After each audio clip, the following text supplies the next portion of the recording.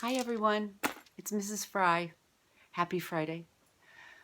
Today we are going to be talking about a special event that happened last week. We kind of missed it because of spring break, and that is Earth Day. Last week was the 50th anniversary of the first Earth Day. We've had 50 Earth Days. And Earth Day was invented was started because people were thinking that the earth was getting really polluted, like the air was getting dirty and water was getting dirty and some animals were getting sick. And so a bunch of people decided that we needed to teach some people about how to take care of the earth. And so 50 years ago, they had their we had our first Earth Day. April 22nd is the day of Earth Day every year. So, the book that we are going to read today was actually 49 years old. It was written the year after the first Earth Day. And it is called The Lorax. It is written and illustrated by Dr. Seuss. This is what some of the pictures look like. Here, let's go. The Lorax by Dr. Seuss.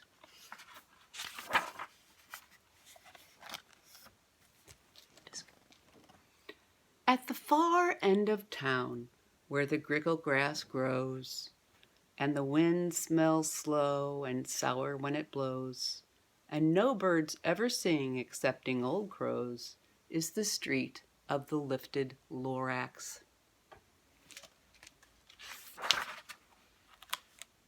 And deep in the grickle grass, some people say, if you look deep enough, you can still see today where the Lorax once stood, just as long as it could before somebody lifted the Lorax away. What was the Lorax? And why was it there?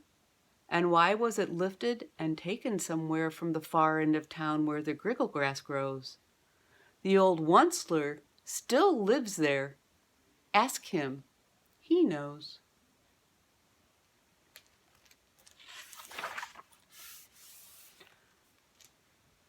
You won't see the Onceler. Don't knock at his door. He stays in his lurkum on top of his store. He lurks in his lurkum, cold under the roof, where he makes his own clothes out of muffered moof. And on special dank midnights in August, he peeks out of the shutters, and sometimes he speaks and tells how the Lorax was lifted away. He'll tell you, perhaps, if you're willing to pay.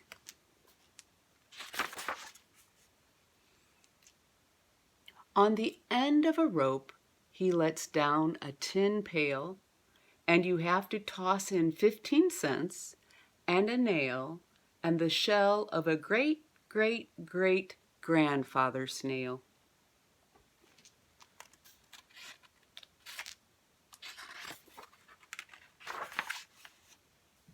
Then he pulls up the pail, makes a most careful count to see if you've paid him the proper amount.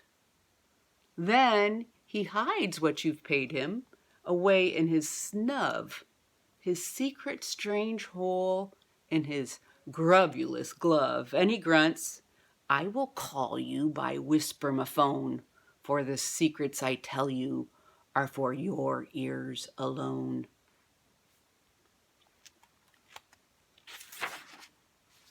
Slop!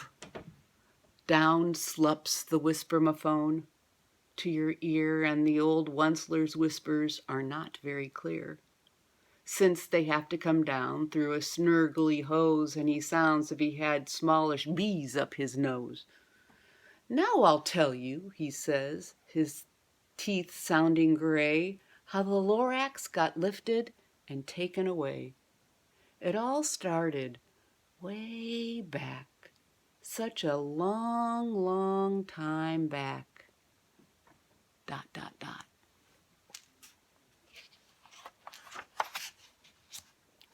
Look at the difference. Look at this page, the coloring on this page. And then this is a long, long time back. What do you think Dr. Seuss is trying to say there? We're going to keep going. Way, way back in the days when the grass was still green and the pond was still wet and the clouds were still clean and the song of the Swami swans sang out in space, one morning I came to this glorious place. And I first saw the trees, the truffula trees, the bright colored tufts of the truffula trees, mile after mile in the fresh morning breeze. Look how many of them there are.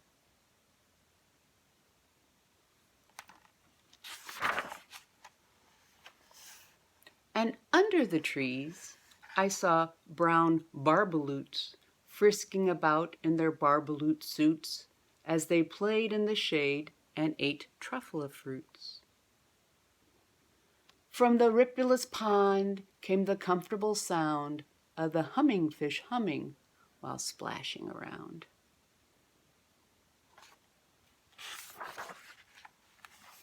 But those trees, those truffula trees. All my life I've been searching for trees such as these. The touch of their tufts was much softer than silk, and they had the sweet smell of fresh butterfly milk. I felt a great leaping of joy in my heart. I knew just what I'd do. I unloaded my cart.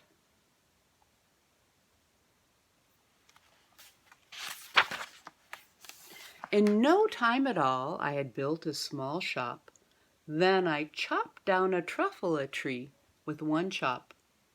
And with great skillful skill, and with great speedy speed, I took the soft tuft and I knitted a thneed.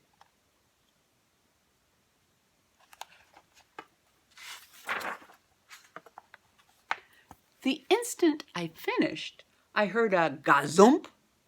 I looked, and I saw something pop out of the stump of the tree that I chopped down. It was sort of a man. Describe him? It's hard. I don't know. He was shortish, and oldish, and brownish, and mossy, and he spoke with a voice that was sharpish and bossy.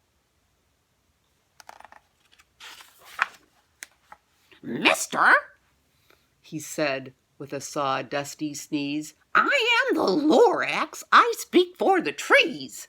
I speak for the trees have no tongues, and I'm asking you, sir, at the top of my lungs."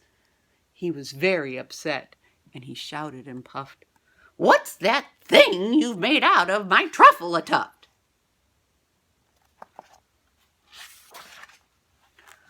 "Look, Lorax," I said, "there's no cause for alarm. I chopped just one tree. I'm doing no harm. I'm being quite useful. This thing is a thneed, and a thneed's a fine something that all people need. It's a shirt, it's a sock, it's a glove, it's a hat, but it has other uses, yes. Far beyond that, you can use it for carpets, for pillows, for sheets or curtains, or covers for bicycle seats." The Lorax said, "Sir, you are crazy with greed. There is no one on earth who would buy that fool thneed." But the very next minute, I proved he was wrong, for just at that minute a chap came along and he thought that the thneed I had knitted was great, and he happily bought it for $3.98. I laughed at the Lorax. "You poor silly guy. You never can tell what some people will buy." I repeat, said the Lorax, I speak for the trees. I'm busy, I told him. Just be quiet, if you please. I rushed across the room and in no time at all built a radiophone, and I put in a quick call. I called all my brothers and uncles and aunts and I said, listen here, what a wonderful chance for the whole Onceler family to get mighty rich. Get over here fast. Take the road to North Nitch, turn left at Weehawken and sharp right at South Stitch.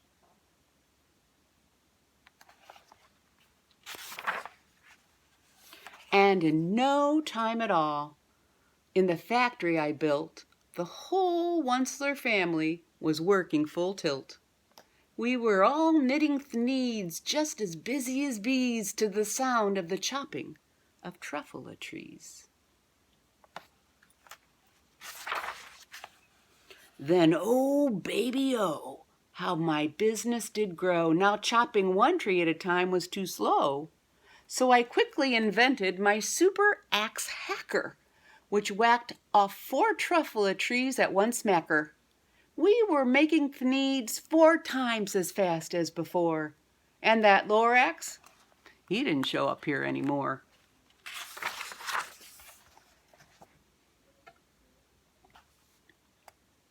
But the next week, he knocked on my new office door. He snapped, I'm the Lorax who speaks for the trees, which you seem to be chopping as fast as you please, but I'm also in charge of the brown barbaloots who played in the shade in their barbaloot suits and happily lived eating truffula fruits. Now, thanks to you hacking my trees to the ground, there's not enough truffula fruit to go round, and my poor barbaloots are all getting the crummies because they have gas and no food in their tummies. They loved living here, but I can't let them stay. They'll have to find food, and I hope that they may. Good luck, boys, he cried, and he sent them away. I, the Onceler, felt sad as I watched them all go, but business is business, and business must grow regardless of crummies and tummies, you know? I meant no harm. I most truly did not, but I had to grow bigger, so bigger I got. I biggered my factory, I biggered my roads, I biggered my wagons, I biggered the loads of the thneeds I shipped out. I was shipping them forth to the south, to the east, to the west, to the north. I went right on biggering, selling more thneeds, and I biggered my money, which everyone needs. Then again, he came back. I was fixing some pipes when that old nuisance Lorax came back with more gripes. I am the Lorax! He coughed and he whiffed. He sneezed and he snuffled. He snargled. He sniffed. Onceler! He cried with a crufulous croak.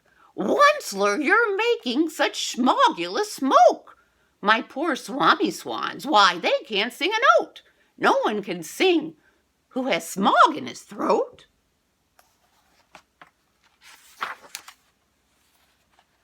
And so, said the Lorax, please pardon my cough, they cannot live here, so I'm sending them off. Where will they go? I don't hopefully know. They may have to fly for a month or a year to escape from the smog you've smoggered up around here.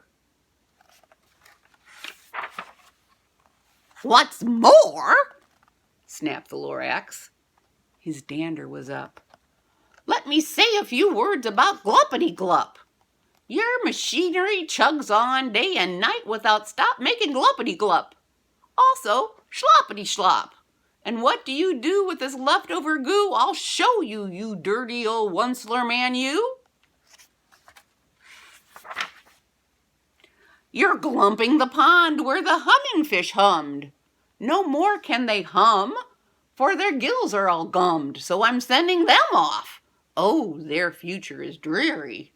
They'll walk on their fins and get woefully weary in search of some water that isn't so smeary.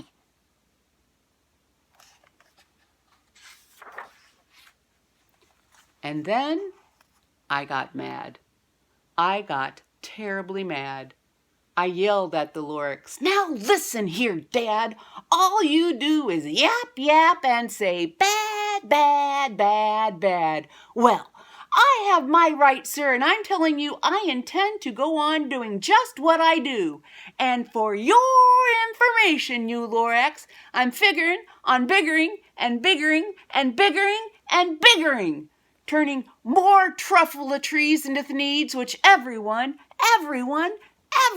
needs."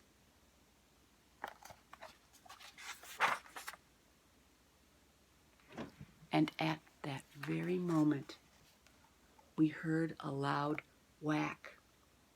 From outside in the fields came a sickening smack of an axe on a tree. Then we heard the tree fall, the very last truffula tree of them all.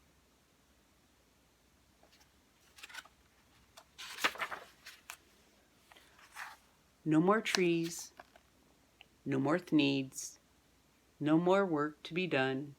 So in no time, my uncles and aunts, everyone, all waved me goodbye. They jumped into my cars and drove away under the smoke-smuggered stars. Now all that was left neath the bad-smelling sky was my big, empty factory, the Lorax, and I.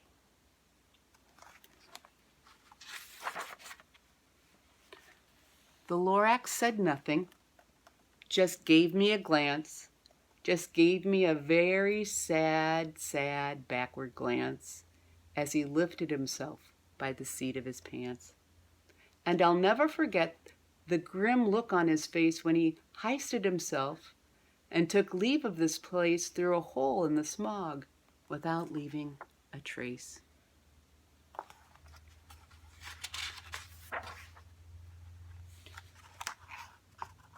And all that the Lorax left here in this mess was a small pile of rocks with one word, unless.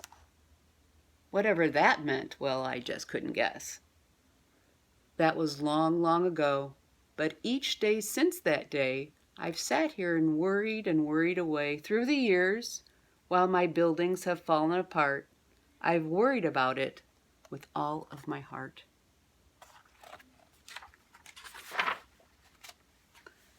But now, said the Onceler, now that you're here, the word of the Lorax seems perfectly clear. Unless someone like you cares a whole awful lot, nothing is going to get better. It's not.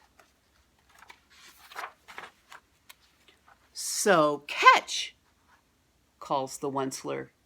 He lets something fall. It's a truffula seed. It's the last one of all. You're in charge of the last of the truffula seeds. And truffula trees are what everyone needs. Plant a new truffula.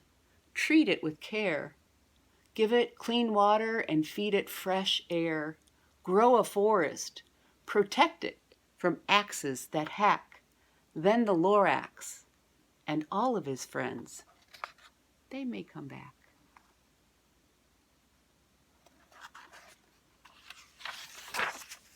That is the story of The Lorax by Dr. Seuss.